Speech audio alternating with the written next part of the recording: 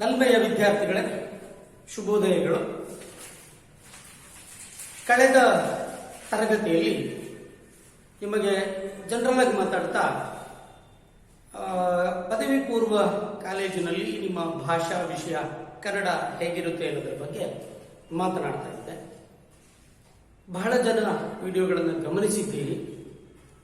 ಕೆಲವು ಹಿಂದಿ ಭಾಷೆಯನ್ನು ಆಯ್ಕೆ ಮಾಡಿಕೊಂಡಿರೋ ವಿದ್ಯಾರ್ಥಿಗಳು ನಾವು ಕನ್ನಡ ಅಲ್ಲ ಸರ್ ಹಿಂದಿ ಅಂತ ಸ್ಪಷ್ಟಪಡಿಸ್ತಾ ಇದ್ದೇವೆ. ಆದರೆ ಈಗ ಇದು ಒಂದು ಗ್ರೂಪ್ನಲ್ಲಿ ವಿಡಿಯೋಗಳನ್ನು ಹಾಕ್ತಾ ಇರೋದ್ರಿಂದ ಅನಿವಾರ್ಯವಾಗಿ ಎಲ್ಲರಿಗೂ ಕನ್ನಡ ತಲುಪುತ್ತೆ. ಆಮೇಲೆ ಹಿಂದಿ ಕ್ಲಾಸ್ ಹಾಕಿದ್ರೆ ಅದು ಕೂಡ ಎಲ್ಲರಿಗೂ ತಲುಪುತ್ತೆ. ಇರಲಿ, ಕಳೆದ ತರಗತಿ ನಿಮಗೆ ಎಷ್ಟರ ಮಟ್ಟಿಗೆ ತಲುಪಿದೆಯೋ ಗೊತ್ತಿಲ್ಲ. ಈ ಕಾಲೇಜು ಶಿಕ್ಷಣ ಹೇಗೆ ಅನ್ನೋದ್ರ ಬಗ್ಗೆ ನಿಮಗೆ ಪೂರ್ವಭಾವಿಯಾಗಿ ಮಾತನಾಡ್ತಾ ಇದ್ದೆ. ಕನ್ನಡ ಭಾಷಾ ವಿಷಯಕ್ಕೆ ಒಂದು ಪೀಠಿಕೆ ರೂಪದಲ್ಲಿ ಕಳೆದ ತರಗತಿಯಲ್ಲಿ ಆರಂಭ ಮಾಡಿದ್ದೆ. ಕನ್ನಡ ಭಾಷೆಯನ್ನು ನೀವು ಆಯ್ಕೆ ಮಾಡಿಕೊಂಡ್ರೆ ಹೇಗೆ ಏನು ಅನ್ನೋದ್ರ ಬಗ್ಗೆ ಮಾತನಾಡ್ತಾ ಇದ್ದೆ. ಕನ್ನಡವನ್ನು ಆಯ್ಕೆ ಮಾಡಿಕೊಂಡ ವಿದ್ಯಾರ್ಥಿಗಳೇ, ನಿಮಗೆ ಹೇಳೋದಿಷ್ಟೇ, ಅತಿ ಶ್ರೇಷ್ಠ ಅಂತ ಅನಿಸಿಕೊಂಡ ಭಾಷಾ ವರ್ಗಗಳಲ್ಲಿ ದ್ರಾವಿಡ ಭಾಷಾ ವರ್ಗ ಒಂದು, ಅದರಲ್ಲಿ ಕನ್ನಡವು ಕೂಡ ಅತ್ಯಂತ ಸುಂದರವಾದಂತಹ ಒಂದು ಭಾಷೆ. ತಮಗೆಲ್ಲ ಗೊತ್ತಿರುವ ಹಾಗೆ ಜಗತ್ತಿನ ಅತ್ಯಂತ ಪ್ರಾಚೀನ ಭಾಷೆಗಳಲ್ಲಿ 3ನೇ ಸ್ಥಾನದಲ್ಲಿರುವಂಥದ್ದು ಕನ್ನಡ ಭಾಷೆ. ಜಗತ್ತಿನಲ್ಲಿ ಅತಿ ಹೆಚ್ಚು ಜನ ಮಾತನಾಡುವಂತಹ ಭಾಷೆ ಯಾವುದು ಅಂತ ಒಂದು ಪಟ್ಟಿ ಮಾಡಿದರೆ 21ನೆಯ ಸ್ಥಾನದಲ್ಲಿರುವಂಥದ್ದು ಕನ್ನಡ ಭಾಷೆ. ಎಲ್ಲದಕ್ಕಿಂತ ಮುಖ್ಯವಾಗಿ ಅತ್ಯಂತ ಶ್ರೇಷ್ಠ ಭಾಷೆ ಅಂತ ಗುರುತಿಸಲ್ಪಟ್ಟಿದೆ. ಒಂದು ಭಾಷಾ ವರ್ಗಗಳನ್ನು ಒಂದು ಭಾಷೆಯನ್ನಿಟ್ಟುಕೊಂಡು ತಾರ್ಕಿಕವಾಗಿ, ವೈಜ್ಞಾನಿಕವಾಗಿ, ವೈಚಾರಿಕವಾಗಿ ಮತ್ತು ಉಚ್ಚರಿಸುವ ಶೈಲಿಯನ್ನು ಆಧರಿಸಿ ಅದಕ್ಕೊಂದು ರೇಟಿಂಗ್ ಅಂತ ಕೊಡ್ತಾ ಬಂದರೆ, ಅದಕ್ಕೊಂದು ಪರ್ಸಂಟೇಜ್ ಅಂತ ಕೊಡ್ತಾ ಬಂದರೆ, ಜಗತ್ತಿನಲ್ಲಿ ಕನ್ನಡ ಭಾಷೆಗೆ 99.5ರಷ್ಟರ ಮಟ್ಟಿಗೆ %% ಕನ್ನಡ ಭಾಷೆಗಿದೆ. ಅಂದರೆ ನಮ್ಮ ಭಾಷೆ ಅಷ್ಟು ಶುದ್ಧವಾದ ಭಾಷೆ ಅಂತ ಗುರುತಿಸಲ್ಪಟ್ಟಿದೆ. ಈ ಎಲ್ಲ ಹೆಮ್ಮೆಯನ್ನು ಒಳಗೊಂಡ ಕನ್ನಡ ಭಾಷೆಯನ್ನು ಕಲಿಯುವುದು ಒಂದು ಸುಯೋಗ ಅಂತ ಭಾವಿಸಿ ಮಕ್ಕಳೇ. ಯಾಕೆಂದ್ರೆ ನಮ್ಮಲ್ಲಿ ಮಹಾಲಿಂಗರಂಗ ಅನ್ನುವಂತಹ ಒಬ್ಬ ಸಾಹಿತಿಯೇ ಹೇಳುವ ಹಾಗೆ ಕನ್ನಡ ಭಾಷೆ ಎಷ್ಟು ಸುಂದರವಾದ ಭಾಷೆ ಅಂತ ಹೇಳಿದ್ರೆ, ಸುಲಿದ ಬಾಳೆಹಣ್ಣಿನಂದದಿ, ಕಳೆದ ಸಿಗುರಿನ ಕಬ್ಬಿನಂದದಿ, ಅಳಿದ ಉಷ್ಣದ ಹಾಲಿನಂದದಿ, ಸುಲಭವಾಗಿರುವ ಲಲಿತವಹ ಕನ್ನಡ ಅಂತವ್ರು ಹೇಳ್ತಾರೆ. ಕನ್ನಡ ಭಾಷೆ ಎಷ್ಟು ಸುಂದರವಾಗಿದೆ ಅಂತ ಹೇಳಿದ್ರೆ, ಸಿಪ್ಪೆ ತೆಗೆದ ಬಾಳೆಹಣ್ಣು ಎಷ್ಟು ರುಚಿಯಾಗಿ ನಮಗೆ ಸೇವಿಸಲಿಕ್ಕೆ ಸುಲಭದಾಯಕವಾಗಿರುತ್ತೋ ಅಷ್ಟು ಸುಲಭವಾಗಿ ಕನ್ನಡ ಇದೆ. ಕಬ್ಬಿನ ಸಿಪ್ಪೆಯನ್ನು ತೆಗೆದು ಬೆಲ್ಲಲಿಕ್ಕೆ ಕೊಟ್ಟಾಗ ನಮಗೆ ಅದೆಷ್ಟು ಸಿಹಿ ಅನಿಸುತ್ತೋ ಅಷ್ಟು ಸಿಹಿಯಾಗಿದೆ ಮತ್ತೆ ಸಿದ್ಧವಾಗಿದೆ.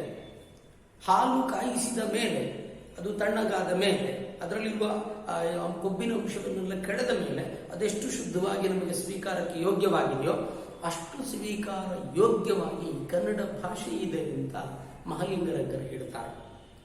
ಅಷ್ಟು ಸುಂದರವಾದ ಭಾಷೆ ನಮ್ಮ ಕನ್ನಡ ಭಾಷೆ. ಹೆಮ್ಮೆಯಿಂದ ಹೇಳ್ಕೊಳ್ಬಹುದು.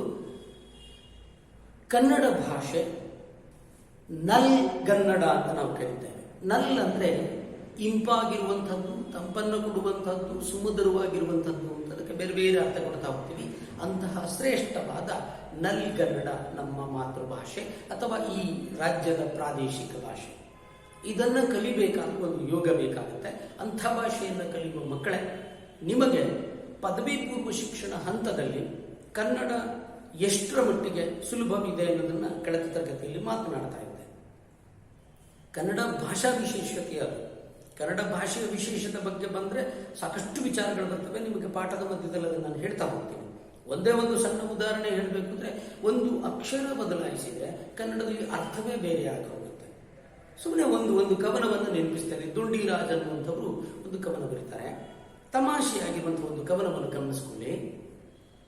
ಒಬ್ಬ ಪ್ರಿಯತಮೆ ತನ್ನ ಪ್ರಿಯತಮನನ್ನ ಮಾತನಾಡಿಸಲಿಕ್ಕೆ ಶುರು ಮಾಡಿದ್ವು. ಅಥವಾ ಪ್ರಿಯತಮಗೆ ಒಂದು ಹುಡುಗ ಒಂದು ಹುಡುಗಿಗೆ ಕರೀತಾನೆ. ಗೀತೆಯಲ್ಲಿದೆ, ಬಾಪ್ರಿಯೇ ಹೋಗೋಣ ಬೃಂದಾವನಕ್ಕೆ, ಬಾಪ್ರಿಯೇ ಹೋಗೋಣ ಬೃಂದಾವನಕ್ಕೆ, ಪಾರ್ಕಿಗೆ ಹೋಗೋಣ ಅಂತ ಕರೀತಾನೆ.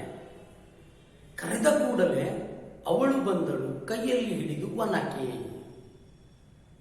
ನೋಡಿ, ಆ ಸಾಲು ಎರಡೇ ಸಾಲು. ಬಾ ಪ್ರಿಯೆ ಹೋಗೋಣ ಬೃಂದಾವನಕ್ಕೆ, ಕರೆದ ಕೂಡಲೇ ಅವಳು ಬಂದಳು ಕೈಯಲ್ಲಿ ಹಿಡಿದು ವನಕ್ಕೆ. ಈ ಕವನದ ಸಾಲುಗಳನ್ನು ಯಾಕೆ ನೆನಪಿಸಿದೆ ಅಂತ ಹೇಳಿದ್ರೆ, ಬೃಂದಾವನಕ್ಕೆ ಅಂತ ಹೇಳುವಾಗ ಯಾರಲ್ಲ ವಾ ಬಳಸ್ತೇವೆ, ವನಕ್ಕೆ ಅಂದ್ರೆ ಕಾಡಿಗೆ ಅಂತ ಅರ್ಥ. ಕರೆದ ಕೂಡಲೇ ಅವಳು ಬಂದಳು ಕೈಯಲ್ಲಿ ಹಿಡಿದು ವನಕ್ಕೆ ಅಂತ ಬಳಸಿದ್ರು, ಅದು ಸ್ವರದ ಓ. ವನಕ್ಕೆ ಅಂದ್ರೆ ದೊಣ್ಣೆ, ಪಾರ್ಕಿ ಕರಿತೇಳಿ ಅಂತ ದೊಣ್ಣೆ ಹಿಡ್ಕೊಂಡು ಬಂದಿದೆ ಅಂತ. ಒಂದೇ ಒಂದು ಅಕ್ಷರದ ವ್ಯತ್ಯಾಸ, ಅದರ ಪರಿಣಾಮವನ್ನು ಗಮನಿಸಿ ಅಂತ ಹೇಳಲಿಕ್ಕೆ ಹೋದ. ಇದು ನಮ್ಮ ಭಾಷಾ ವಿಶೇಷತೆ. ಕನ್ನಡ ಭಾಷೆಯ ವಿಶೇಷತೆ ಅಗಾಧವಾದದ್ದು. ಪ್ರತಿಯೊಂದಕ್ಕೂ ಅದರದೇ ಆದ ಒಂದು ವಿಶೇಷ ಶಬ್ದಗಳಿದ್ದಾವೆ. ನೀವು ಬೇರೆ ಭಾಷೆಗಳನ್ನು ಇಟ್ಕೊಂಡು ಹೋದಾಗ ಕೆಲವು ಭಾಷೆಯಲ್ಲಿ ಅದು ಕೊರತೆ ಇದೆ. ಅಂತಾರಾಷ್ಟ್ರೀಯ ಭಾಷೆ ಅಂತ ಕರೆಯಲ್ಪಡುವ ಆಂಗ್ಲ ಭಾಷೆಯನ್ನು ಇಟ್ಟುಕೊಂಡ್ರು ಕೂಡ ಅದರಲ್ಲೂ ಸಾಕಷ್ಟು ಗೊಂದಲಗಳಿವೆ. ಎಷ್ಟು ಗೊಂದಲಗಳಿವೆ ಅಂದ್ರೆ, ತಮಾಷೆಯಾಗಿ ನಾನು ಮಾತಾಡಬೇಕಾದ್ರೆ ಎಷ್ಟು ಸಾರಿ ಹೇಳ್ತಾ ಇರ್ತೀನಿ. ತಮಾಷೆಯಾಗಿ ತಗೊಳ್ಳೋಣ, ಒಂದು ಭಾಷೆಯನ್ನು ದ್ವೇಷಿಸ್ತೀವಿ ಅಂತಲ್ಲ, ತಮಾಷೆಯಾಗಿ ಕಂಪೇರ್ ಮಾಡಿದ್ರೆ. ಆಂಗ್ಲ ಭಾಷೆಯಲ್ಲಿ WALK ಅಂತ ಹೇಳಿದಾಗ ನೀವು ವಾಕ್ ಅಂತ ಉಚ್ಚರಿಸ್ತೀವಿ.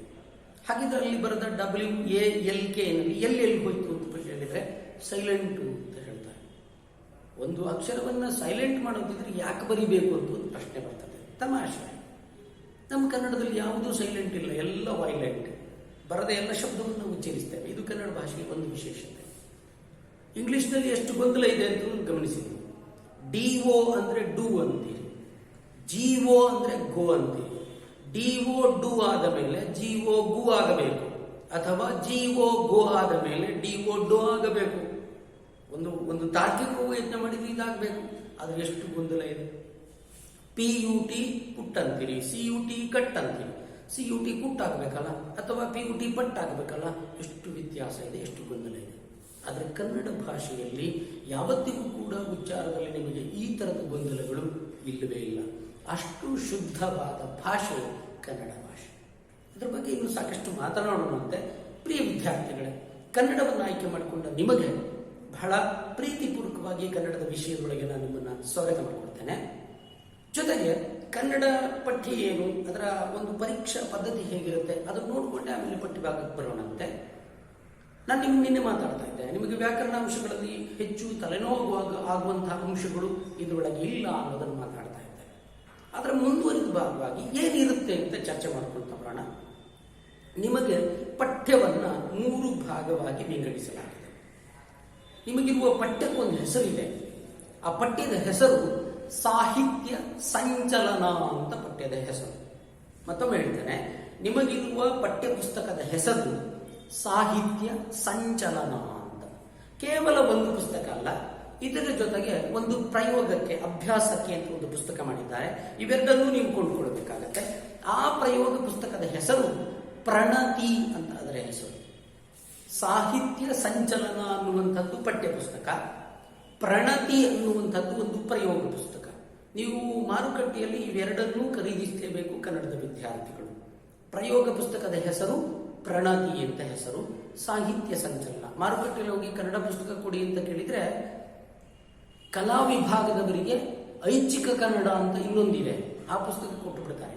ಅದಕ್ಕೆ ನೀವು ಸಾಹಿತ್ಯ ಸಂಚಲನ ಮತ್ತು ಪ್ರಣತಿ ಇವೆರಡನ್ನು ಕೊಡಿ ಅಂತ ಕೇಳಿ ಪರ್ಚೇಸ್ ಮಾಡಬೇಕಾಗುತ್ತೆ.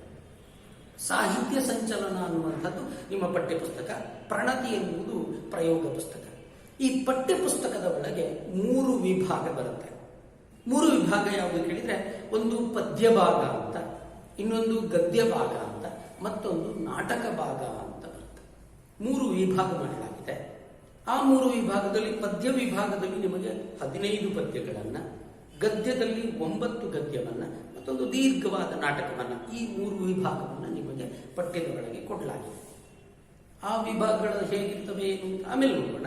ಇದನ್ನಾಧರಿಸಿ ನಿಮಗೆ ಪ್ರಶ್ನೆ ಪತ್ರಿಕೆ ಹೇಗೆ ಬರ್ಬೋದು ಅಂತ ಮುಂಚಿತವಾಗಿ ನಿಮ್ಮ ಗಮನಕ್ಕೆ ತರ್ತಾ ಇದ್ದೀವಿ. ಯಾಕೆಂದ್ರೆ ಯಾವುದೇ ಒಂದು ಪಠ್ಯದ ಒಳಗೆ ಹೋಗುವ ಮೊದಲು ನಿಮ್ಗೊಂದು ಮೈಂಡ್ ಸೆಟ್ಟಿಂಗ್ ಅಂತ ಬೇಕು, ಒಂದು ಮನಸ್ಥಿತಿಯನ್ನು ನೀವು ಹೊಂದಿಸಿಕೊಳ್ಬೇಕು. ಹೇಗಿರುತ್ತೆ ಈ ಪ್ಯಾಟರ್ನ್, ಯಾವ ತರ ನಾನು ಪರೀಕ್ಷೆಗೆ ಎದುರಿಸಬೇಕಾಗುತ್ತೆ, ಅದಕ್ಕೆ ನಿಮಗೆ ಮಾಹಿತಿಗಾಗಿ ಕೊಡ್ತಾ ಇದ್ದೇನೆ. ಮುಂದಿನ ದಿನಗಳಲ್ಲಿ ಅದರ ಬಗ್ಗೆ ಪರಿಪೂರ್ಣವಾಗಿ ವಿವರವಾಗಿ ನೋಡೋಣಂತೆ. ಸದ್ಯಕ್ಕೆ ನಿಮಗೆ ಆ ಎಕ್ಸಾಮ್ ಅಂತ ಬಂದಾಗ ಪರೀಕ್ಷೆಯಲ್ಲಿ ಪ್ರಶ್ನೆ ಪತ್ರಿಕೆ ರೂಪರೇಷೆ ಹೇಗಿರುತ್ತೆ, ಶಾಲಾ ದಿನಗಳಲ್ಲಿ ಇದ್ದ ಹಾಗೆ ಕಂಠಪಾಠಗಳು ಮಾಡುವಂಥದ್ದು, ಬಿಟ್ಟ ಜಾಗ ಭರ್ತಿ ಮಾಡುವಂಥದ್ದು, ಹೊಂದಿಸಿ ಬರೆಯುವಂಥದ್ದು, ಈ ಥರದ್ದು ಯಾವುದೂ ಇಲ್ಲ. ಹಾಗಿದ್ರೆ ನಿಮಗೆ ಪ್ಯಾಟರ್ನ್ ಅಲ್ಲಿ ಏನಿದೆ, ಪ್ರಶ್ನೆ ಪತ್ರಿಕೆಯ ಸ್ವರೂಪ ಹೇಗಿರುತ್ತೆ ಅನ್ನೋದನ್ನು ಒಂದ್ಸರಿ ಅವಲೋಕನ ಮಾಡೋಣ. ನೋಡಿ ಹೀಗಿರುತ್ತೆ. ಇಲ್ಲೊಂದು ನಿಮಗೆ ನಾನೊಂದು ಟೇಬಲ್ ಅನ್ನು ರೆಡಿ ಮಾಡಿದ್ದೇವೆ. ಆ ಟೇಬಲ್ ಇದೆ ಹೇಗಿದೆ ಅಂತ ಹೇಳಿದ್ರೆ, ಪ್ರಶ್ನೆಗಳು ಹೇಗಿರ್ತವೆ, ಎಷ್ಟು ಪ್ರಶ್ನೆಗಳಿರ್ತವೆ, ಮತ್ತೆ ಹೆಚ್ಚುವರಿಯಾಗಿ ಎಕ್ಸ್ಟ್ರಾ ಪ್ರಶ್ನೆ ಎಷ್ಟಿರುತ್ತೆ, ಎಷ್ಟು ಅಂಕಗಳಿರುತ್ತೆ, ಒಟ್ಟು ಎಷ್ಟು ಅಂಕ ನಿಗದಿಯಾಗಿರುತ್ತೆ, ಇದನ್ನು ಗಮನಿಸೋಣ. ಪ್ರಶ್ನೆ ಪತ್ರಿಕೆಯಲ್ಲಿ ಒಂದು ವಾಕ್ಯದ ಪ್ರಶ್ನೆಗಳು, ಒಂದು ವಾಕ್ಯದಲ್ಲಿ ಉತ್ತರಿಸುವುದು, ಒಂದು ಶಬ್ದದಲ್ಲಿ ಉತ್ತರಿಸೋದಲ್ಲ, ಪೂರ್ಣ ವಾಕ್ಯದಲ್ಲಿಯೇ ನೀವು ಉತ್ತರಿಸಬೇಕಾಗುತ್ತೆ.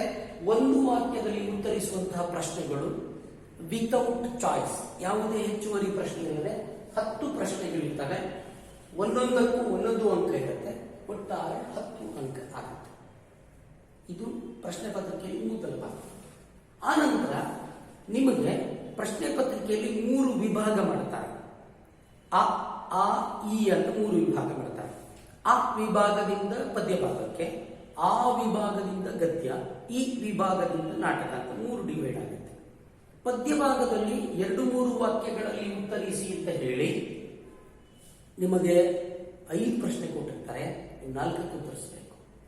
ಹಾಗೆ ಏನು ಇರುತ್ತೆ ನೋಡಿ, 2-3 ವಾಕ್ಯಗಳಿಗೆ ಉತ್ತರಿಸಿ, ಪದ್ಯ ಭಾಗದಿಂದ 5 ಕೊಟ್ಟು 4ಕ್ಕೆ ಉತ್ತರಿಸಿ ಅಂತ ಹೇಳ್ತಾರೆ. ಗದ್ಯ ಮತ್ತೆ ನಾಟಕದಲ್ಲಿ 4 ಪ್ರಶ್ನೆ ಕೊಟ್ಟು 3ಕ್ಕೆ ಉತ್ತರಿಸಿ ಅಂತ ಹೇಳ್ತಾರೆ. ಅಲ್ಲಿಗೆ ಒಟ್ಟು ನೀವು ಉತ್ತರಿಸಬೇಕಾಗಿದ್ದು 10 ಪ್ರಶ್ನೆಗಳು. ಪದ್ಯದಿಂದ 1, ಗದ್ಯದಿಂದ 1, ನಾಟಕದಿಂದ 1, 3 ಕೂಡ ಹೆಚ್ಚುವರಿ ಪ್ರಶ್ನೆ ಆಗಿರುತ್ತೆ. ಒಟ್ಟು 13 ಪ್ರಶ್ನೆಗಳು ಇರ್ತವೆ. ಒಂದೊಂದಕ್ಕೂ 2 ಅಂಕ ಇರುತ್ತೆ. ಒಟ್ಟು 20 ಅಂಕಗಳಿಗೆ ಈ ಪ್ರಶ್ನೆಗಳಿಗೆ ಉತ್ತರಿಸೋದು ಇರುತ್ತೆ. ಇದು 2-3 ವಾಕ್ಯಗಳಲ್ಲಿ ಉತ್ತರಿಸೋದು. ಕನಿಷ್ಠ 2 ವಾಕ್ಯ, ಗರಿಷ್ಠ 4ರಿಂದ 5 ವಾಕ್ಯ, ಅದರ ಮೇಲೆ ಉತ್ತರಿಸಬಾರದು, ಅಷ್ಟಕ್ಕೆ ಸೀಮಿತಗೊಳಿಸಬಾರದು. ಹಾಗಂತ ಒಂದೇ ವಾಕ್ಯದಲ್ಲಿ ಉತ್ತರ ಇರುತ್ತೆ ಅಂತ ಒಂದೇ ವಾಕ್ಯಕ್ಕೂ ಸೀಮಿತಗೊಳ್ಳಬಾರದು, ಅದನ್ನು 2 ವಾಕ್ಯ ಮಾಡಲೇಬೇಕು. ಇದು 2ನೇ. 3ನೇದಾಗಿ ಇಲ್ಲೂ ಕೂಡ ಮತ್ತೆ ಅದೇ ವಿಭಾಗ ಇರುತ್ತೆ. ಪದ್ಯ ವಿಭಾಗ, ಗದ್ಯ ವಿಭಾಗ, ನಾಟಕ ವಿಭಾಗ ಅಂತ ಸಂದರ್ಭ ಸಹಿತ ಉತ್ತರಿಸುವುದನ್ನು ಕೂಡ ಡಿವೈಡ್ ಮಾಡಿರ್ತಾರೆ. ಇಲ್ಲಿ ಹೇಗಿರುತ್ತೆ ಅಂದ್ರೆ, ಪದ್ಯ ಭಾಗದಿಂದ 3 ಪ್ರಶ್ನೆ ಕೊಟ್ಟು 2ಕ್ಕೆ ಉತ್ತರಿಸಿ ಅಂತ ಹೇಳ್ತಾರೆ. ಗದ್ಯದಿಂದ 2 ಪ್ರಶ್ನೆ ಕೊಟ್ಟು 1ಕ್ಕೆ, ನಾಟಕದಿಂದ 2 ಪ್ರಶ್ನೆ ಕೊಟ್ಟು 1ಕ್ಕೆ, ಒಟ್ಟು 4 ಪ್ರಶ್ನೆಗೆ ಉತ್ತರಿಸ್ತೀವಿ. ಹೆಚ್ಚುವರಿಯಾಗಿ ಪದ್ಯ, ಗದ್ಯ, ನಾಟಕದಿಂದ ಒಂದೊಂದು ಹೆಚ್ಚುವರಿಯಾಗಿರುತ್ತೆ. ಒಂದೊಂದಕ್ಕೂ 3 ಅಂಕಗಳು, ಒಟ್ಟು 12 ಅಂಕಗಳಿಗೆ ಸಂದರ್ಭ ಸಹಿತ ಉತ್ತರಿಸುವಂತದ್ದು ಇರುತ್ತೆ. ಇದಾದ ಮೇಲೆ ನೋಡಿ, ನಿಮಗೆ ಬರೆಯೋದು ತುಂಬಾ ಇರುತ್ತೆ ಅಂತ ನಾನು ಅದಕ್ಕೆ ಪ್ರಾರಂಭದಲ್ಲಿ ಹೇಳಿದ್ದು. ಇದಾದ ಮೇಲೆ 5-6 ವಾಕ್ಯಗಳಲ್ಲಿ ಉತ್ತರ ಬರೆಯೋದು, ಸ್ವಲ್ಪ ದೀರ್ಘವಾಗಿ ಉತ್ತರಿಸುವಂತಹ ಪ್ರಶ್ನೆಗಳು ಇರ್ತವೆ. ಇವು ಹೇಗಿರುತ್ತೆ, ಇಲ್ಲೂ ಕೂಡ ಪದ್ಯ, ಗದ್ಯ, ನಾಟಕ ಅಂತ 3 ವಿಭಾಗ ಇರುತ್ತೆ. ಪದ್ಯದಿಂದ 4 ಪ್ರಶ್ನೆ ಕೊಟ್ಟು 3ಕ್ಕೆ ಉತ್ತರಿಸಿ, ಗದ್ಯದಲ್ಲಿ 3 ಕೊಟ್ಟು 2ಕ್ಕೆ ಉತ್ತರಿಸಿ, ಹಾಗೆಯೇ ನಾಟಕದಲ್ಲೂ ಕೂಡ 3 ಕೊಟ್ಟು 2ಕ್ಕೆ ಉತ್ತರಿಸಿ ಅಂತ ಕೊಡ್ತಾರೆ. ಒಟ್ಟು ಪ್ರಶ್ನೆಗಳು ನಿಮಗೆ ನೀವು ಉತ್ತರಿಸಬೇಕಾಗಿರುವಂತಹದ್ದು 7. ಪದ್ಯ, ಗದ್ಯ, ನಾಟಕ 3ರಲ್ಲೂ ಒಂದೊಂದು ಹೆಚ್ಚುವರಿಯಾಗಿ ಪ್ರಶ್ನೆಗಳು ಇರ್ತವೆ. ಒಟ್ಟು ನೀವು ಉತ್ತರಿಸೋದು 7. ಒಂದೊಂದಕ್ಕೂ 4 ಅಂಕ, 7 28. ನಿಮಗೆ ಸ್ವಲ್ಪ ಹೆವಿ ಅನ್ನಿಸುವುದು, ತುಂಬಾ ಭಾರ ಅಂತ ಅನ್ನಿಸುವುದು, ಸ್ವಲ್ಪ ಕಷ್ಟ ಅಂತ ಅನ್ನಿಸುವುದು ಈ ಭಾಗಗಳಿದೆ. ಇದಾದ ಮೇಲೆ ನಿಮಗೆ ನಿಮ್ಮ ಪಠ್ಯದೊಳಗೆ ಬರುವ ಯಾವುದಾದರೂ ಒಂದು ಪದ್ಯದ ಚರಣವನ್ನು ತಗೊಂಡು ಭಾವಾರ್ಥ ಬರೆಯಿರಿ ಅಂತ ಕೇಳ್ತಾರೆ. ಇಲ್ಲಿ ನಿಮಗೆ ಕವಿ ಕೃತಿ ವಿವರವನ್ನೆಲ್ಲ ನೀವು ಇಲ್ಲಿ ಕೊಡ್ಲೇಬೇಕಾಗುತ್ತೆ. ಬೇರೆ ಎಲ್ಲೂ ನಿಮಗೆ ಕವಿ ಕೃತಿ ಬಗ್ಗೆ ಬರೆಯಿರಿ ಅಂತ ಎಲ್ಲೂ ಪ್ರಶ್ನೆ ಬರಲ್ಲ, ಇಲ್ಲಿಗೆ ಬೇಕಾಗುತ್ತೆ. ಭಾವಾರ್ಥ ವಿವರಣೆ ಅಂತ ಕರೀತೀವಿ. ಭಾವಾರ್ಥ ವಿವರಣೆ ಅಂದ್ರೆ ಶಾಲಾ ದಿನಗಳನ್ನು ನೋಡಿದ್ರೆ ನಿಮ್ಗೆ ಗೊತ್ತಿದೆ. ಭಾವಾರ್ಥ ವಿವರಣೆ ಅಂದ್ರೆ ತಪ್ಪಾಗಿ ಅರ್ಥೈಸ್ಕೊಳ್ಬಾರ್ದು. ಭಾವ ಅಂದ್ರೆ ಅಕ್ಕನ ಗಂಡ, ಅವರ ಅರ್ಥ ಮಾಡ್ಕೊಂಡು ಅದರ ವಿವರಣೆ ಹಂಗಲ್ಲ. ಭಾವ ಅಂದ್ರೆ ಅಭಿಪ್ರಾಯ, ಚಿತ್ತವೃತ್ತಿ ಅಂತ ಹೇಳ್ತೀವಿ. ಒಂದು ಪದ್ಯದ ಚರಣದಲ್ಲಿ ಯಾವ ಅಭಿಪ್ರಾಯ ಇದೆ ಅಂತ ತಗೊಂಡು ಅದನ್ನು ವಿವರಣಾತ್ಮಕವಾಗಿ ಬರೆಯುವುದು ಭಾವಾರ್ಥ ವಿವರಣೆ. ಭಾವಾರ್ಥ ವಿವರಣೆ. ಭಾವ ಅನ್ನುವುದು ನಾನಾರ್ಥ ಶಬ್ದ, ನೆನಪಾಗ್ಬಿಟ್ಟಾಗ ಹೇಳ್ಬಿಡ್ತೀವಿ. ಭಾವ ಅನ್ನುವುದು ನಾನಾರ್ಥ ಶಬ್ದ. ಒಂದು ಚಿತ್ತವೃತ್ತಿ ಅಥವಾ ಅಭಿಪ್ರಾಯ ಅಂತ ಕರೆದ್ರೆ, ಇನ್ನೊಂದು ನೀವು ಹೇಳ್ತೀರಲ್ಲ ಅಕ್ಕನ ಗಂಡ ಅಂತ ಬಳಸ್ತಿರಲ್ಲ ಅದು. ಆದ್ರೆ ಬರೆಯುವಾಗ ಎಚ್ಚರಿಕೆ ಇರಬೇಕು. ಅಕ್ಕನ ಗಂಡ ಭಾವ ಅಂತ ಬರೆದ್ರಿ ಅಂದ್ರೆ, ಭಾವಕ್ಕೆ ವಿವರಣೆ ಕೊಡುವಾಗ ಅಕ್ಕನ ಗಂಡ ಅಂತ ಬರೆದ್ರಿ ಅಂದ್ರೆ, ತಂಗಿ ಗಂಡ ಏನಾಗ್ತಾರೆ, ತಂಗಿ ಗಂಡನೂ ಭಾವನೆ. ಹಾಗಂತ ನೀವು ಗಡಿಬಿಡಿಯಲ್ಲಿ ಅಕ್ಕ ತಂಗಿಯ ಗಂಡ ಅಂತ ಬರೆದ್ರೆ ಅದು ಅಪಾರ್ಥ ಆಗ್ಬಿಡ್ತದೆ. ಅದಕ್ಕೆ ಸಹೋದರಿಯ ಗಂಡ ಅಂತ ಮತ್ತೊಂದು ಅರ್ಥ. ಆದ್ರೆ ನಾವು ತಗೊಳ್ಳೋದಿಲ್ಲ ಯಾವುದು, ಅಭಿಪ್ರಾಯ ಅಥವಾ ಚಿತ್ತವೃತ್ತಿ ಎನ್ನುವ ಶಬ್ದವನ್ನು ತಗೊಳ್ತೇವೆ. ಭಾವ ಅದರ ಅರ್ಥವನ್ನು ವಿವರಿಸಿ ಬರೆಯುವಂತದ್ದಿರುತ್ತೆ. ಚಾಯ್ಸ್ ಇರುತ್ತೆ. ನಿಮಗೆ 2 ಚರಣವನ್ನು ಕೊಟ್ಟಿರ್ತಾರೆ. ಒಂದಕ್ಕೆ ಮಾತ್ರ ಉತ್ತರಿಸ್ತೀರಿ, ಒಂದಕ್ಕೆ 5 ಅಂಕ ಇರುತ್ತೆ, ಅದು ಒಟ್ಟಾರೆ 5 ಅಂಕ. ಸ್ವಲ್ಪ ವಿವರಣಾತ್ಮಕವಾಗಿ 5-6 ಅಂಕಕ್ಕಿಂತ ಜಾಸ್ತಿ ಉತ್ತರವನ್ನು ಇಲ್ಲಿ ಬರೀಬೇಕಾಗುತ್ತೆ. ಇದು ಒಂದೇ. ಇದಾದ ಮೇಲೆ ನಾನು ನಿನ್ನೆ ಹೇಳಿದಾಗೆ ಕೆಳಗೆ ಸೂಚಿಸಿರುವಂತೆ ವ್ಯಾಕರಣಾಂಶಗಳಿಗೆ ಉತ್ತರಿಸಿ ಅಂತ ಕೇಳ್ತಾರೆ. ಒಂದು 7 ಪ್ರಶ್ನೆ ಕೊಟ್ಟಿರ್ತಾರೆ, ನೀವು 6ಕ್ಕೆ ಮಾತ್ರ ಉತ್ತರಿಸ್ತೀರಿ. ಗ್ರಾಮಾಂಶ ವ್ಯಾಕರಣ 6ಕ್ಕೆ ಮಾತ್ರ ಉತ್ತರಿಸ್ತೀರಿ.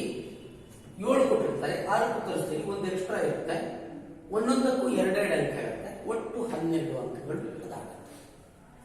ಇದು ವ್ಯಾಕರಣದ ಭಾಗ. ನಾನು ನಿನ್ನೆ ಹೇಳಿದಾಗ ವ್ಯಾಕರಣಾಂಶ ಬಹಳ ಕಡಿಮೆ ಇದೆ ನಿಮಗೆ. ಅವು ಏನೇನು ಬರ್ತವೆ ಅಂತ ನಾನು ತದನಂತರ ಹೇಳ್ತೀನಿ, ಅವು ಯಾವ್ಯಾವ ಪ್ರಶ್ನೆಗಳು ಬರ್ತವೆ. ಇನ್ನು ಇದಾದ ಮೇಲೆ ನಿಮ್ಮ ಪ್ರಶ್ನೆ ಪತ್ರಿಕೆಯಲ್ಲಿ ಮುಂದುವರಿದ ಭಾಗ ಪ್ರಬಂಧ ರಚನೆ ಅಂತ ಕೊಡ್ತಾರೆ. ಶಾಲಾ ದಿನಗಳಲ್ಲಿ ನಿಮಗೆ ಬರೆದು ಗೊತ್ತಿದೆ ಪ್ರಬಂಧ ರಚನೆ.